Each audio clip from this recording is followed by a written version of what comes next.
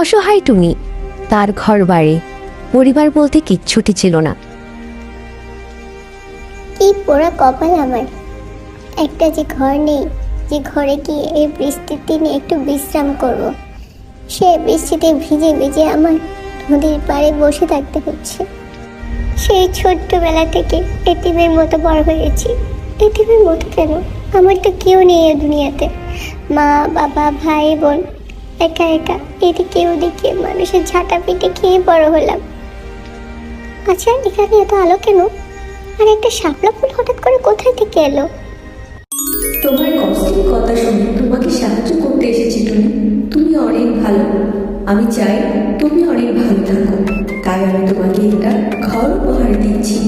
তুমি এই নদী সহ 3টি নদী পার করে দেখবে একটা সুন্দর ঘর। সেই ঘরে তুমি আজকের পর থেকে থাকবে, আর তোমার যা যা দরকার তুমি সেখানে গেলে সব পেয়ে যাবে। আর দেরি করো না, এখনই চলে যাও। সত্যি কথা বলতে কি আমি নিজের চোখকে বিশ্বাস করতে পারছি না। তুমি আমাকে সত্যি বলছো? যদি সত্যি বলে থাকো অনেক ধন্যবাদ তোমাকে। টুনি ফুলটিকে ধন্যবাদ দিতেই ফুলটি সেখান থেকে উধাও হয়ে যায়, আর টুনিও সেখান থেকে সে ঘরের উদ্দেশ্যে রওনা হয়। সে একটি দুটি করে 3টি নদী পার করে।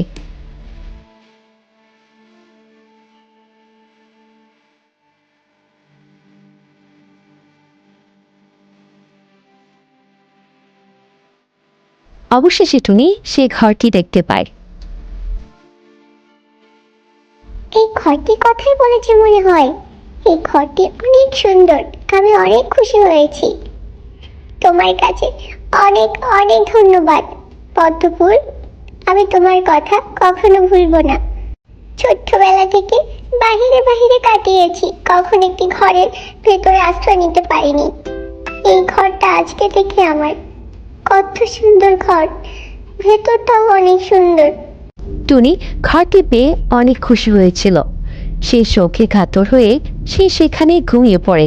সে অনেক ক্লান্ত ছিল, যেন সে কত দিন পরে এমন শান্তিতে ঘুমাচ্ছে। অনেকগুলো ফলের গাছও দিয়েছে, এখানে আপেলও আছে। আমি আপেল খাবো, কতদিন খাইনি। ক্ষুধার্ত এবং ক্লান্ত টুনি মন ভরে সে আপেল খায়, যেন অনেক দিন না খেয়েছিল।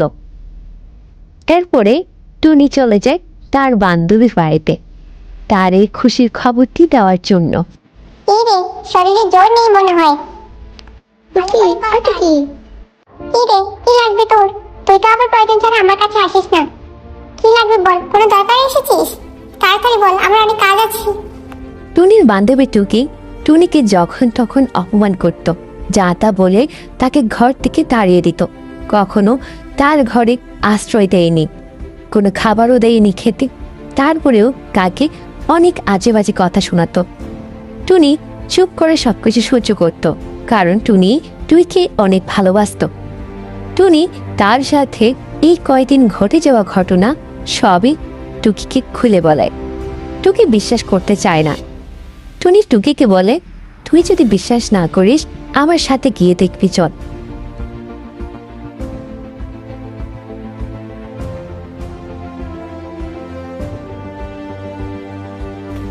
কি রে, এই তোর ঘর? সারা জীবন গরিবই থাকবি তুই, কখনো আর তোর মন মানসিকতা পরিবর্তন হবে না। এই কুড়ে ঘরটা দেখার জন্য তুই আমাকে আমার বাড়ি থেকে টেনে নিয়ে এসেছিস? এত দূর পর্যন্ত আসলাম আমি। তুই একটা খারাপ আসলে। তুই আজকের পর থেকে আমার সাথে আর কথাই বলবি না। আমি তোর চেহারাও দেখতে চাই না। আমার ঘরের আশেপাশে পর্যন্ত আসবি না তুই। তুই এই ফকিন্নি মার্কা। তুই এমন করে কেন বলছিস? তুই কি খুশি হসনি আমার যে একটা ঘর হয়েছে? এতদিন আমার যে থাকার জন্য একটা ঘর ছিল না, বাইরে বাইরে থেকেছি। তোর সাথে আর কিছুক্ষণ কথা বললে আমার অনেক ক্ষতি হয়ে যাবে। আমি চললাম, তুই থাক এই ফকিরের ঘর নিয়ে। সারা জীবন তুই ফকিরই থাকবি। তুই যাওয়ার আগে কিছু একটা খেয়ে যা। তোর মতো গরিবের কাছে আমি কিচ্ছুটি খাবো না। টুই টুনিকে এক গাদা অপমান করে সেখান থেকে চলে যায়। টুনি অনেক কষ্ট পায়। তার বান্ধবী প্রথমবার তার ঘরে এসেছে, কিচ্ছুটি খায়নি, শুধু মুখেই চলে গেছে। সেটা ভেবে টুনি অনেক কান্না করে। কিছুদিন পরে টুই তার ঘরে সোফার মধ্যে ঘুমাচ্ছিল। হঠাৎ করে পুরো ঘর কেঁপে উঠে। টুই অনেক আতঙ্কিত হয়ে তাড়াতাড়ি করে সেখান থেকে বাহিরে চলে আসে। আমি ভাবতে পারিনি এমন ভূমিকম্প হয়ে আমার ঘরটি ভেঙে যাবে। এখন আমি থাকবো কোথায়? টুনি ছাড়া আমার কোনো গতি নেই। আমি টুনির কাছেই চলে যাই। টুনি নিশ্চয়ই আমাকে আশ্রয় দিবে। টুই দৌড়ে দৌড়ে টুনির কাছে চলে আসে। টুনি, ভূমিকম্প হয়ে আমার ঘরটি পুরোটা ভেঙে গেছে, একদম গুঁড়ো গুঁড়ো হয়ে গেছে। আমাকে একটু আশ্রয় দে তোর ঘরে, দয়া করে। টুনি অবাক দৃষ্টিতে টুইয়ের কথা শুনেই যাচ্ছিল। তার মাথায় কিছুতেই আসছে না টুই কি করে তার ঘরে আসে। টুনি, বুঝতে পেরেছি তুই নিশ্চয়ই আমাকে জায়গা দিবি না তোর ঘরে, কারণ তোকে আমি অনেক খারাপভাবে অপমান করেছি। তুই ছোটবেলা থেকে আমি তোকে আমার নিজের বোনের মতো ভেবেছি। তুই আমার সাথেই থাকবি, আমরা অনেক সুখে থাকবো, দুই বোনে মিলে অনেক আনন্দ করব। আজকে থেকে এটাই আমাদের বাড়ি। কখন কে কার বিপদে আসে আসলে বোঝাপড়া দেয় অহংকার পথ নির্মূল। এই গল্পের মাধ্যমে আমরা আবারও জানলাম সেটা।